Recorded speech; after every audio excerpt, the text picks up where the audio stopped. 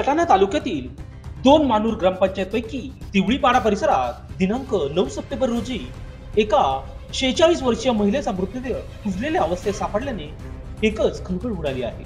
त्याबाबत पोलिसांच्या माहितीनुसार असे की मानूर ग्रामपंचायतपैकी दिवळीपाडा तालुका सटाणा जिल्हा नाशिक येथील रहिवासी मंजीबाई रोडू बागुल वय वर्ष 46 ह्या दिनांक 4 सप्टेंबर रोजी त्यांच्या पुतण्याबरोबर गेले असता त्या घरी परतल्या नसल्याने तिच्या कुटुंबियांनी नातेवाईक व आजूबाजूला शोध घेतला असता त्या मिळून आल्या नाहीत।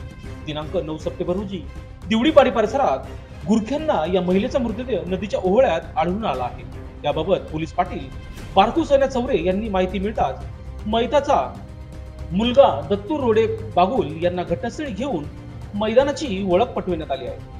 पोलीस पाटील यांनी सदरची माहिती सटाणा पोलीस ठाण्यात दिली असता सटाणा पोलीस ठाण्याचे वरिष्ठ पोलीस निरीक्षक बाजीराव पवार यांच्या मार्गदर्शनाखाली पोलीस कर्मचारी शेवाळे व त्यांची टीम यांनी तात्काळ घटनास्थळी दाखल होत पंचनामा करून महिलेचा मृतदेह शवविच्छेदनासाठी सटाणा ग्रामीण रुग्णालयात नेण्यात आला आहे।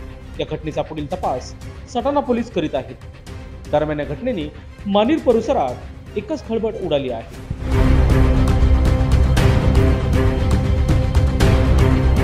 दादा तुझं नाव काय? दत्तू रोड बागुल, गाव कोणतं? मानोर देवळीपाडा, तालुका सटाणा, नाशिक जिल्हा। बरं, नेमका काय झालेलं आहे? त्या म्हणजे बुधवारच्या दिवशी मी बैल चरायला निघून गेलो आणि माझी म्हातारी न माझी बाई घरी होतात। तर घरी होतात तर ते माझी बाई शेण टाकत होती न म्हातारी अंगणात ते गवत उपटायचं काम बसून बसून करायची। तर मग त्यातून पुतण्या आला न गाडीवर बसाडून घेऊन आला, तुला पैसे देतो हे करीन दुकानावर घेऊन आला। दुकानावरून बसून मग हे पुढच्या पाडावर आणलं मानूरमध्ये आणलं तर तिथंच गायब झाली म्हातारी। मग गवसून आता ह्या 5 दिवस झाले तर ह्या रविवारच्या दिवशी गवसून काढली। मग ते आता त्यांचा शंका तेवढंच येतं आम्हाला। बरं, तुम्हाला पोलीस लोकांकडून मग काय अपेक्षा आहे? पोलीस लोकांकडून आम्हाला ते पंचनामा करून गेले तर मग आता पोलीस कडून आम्हाला न्याय पाहिजे।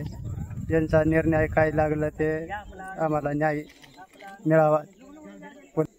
म्हणजे ते पोलीस लोकांनी ते गुन्हेगारला कारवाई करून मग त्याला काहीतरी मग सजा दिल्या पाहिजे बुवा, म्हणजे करण्या परिस्थिती।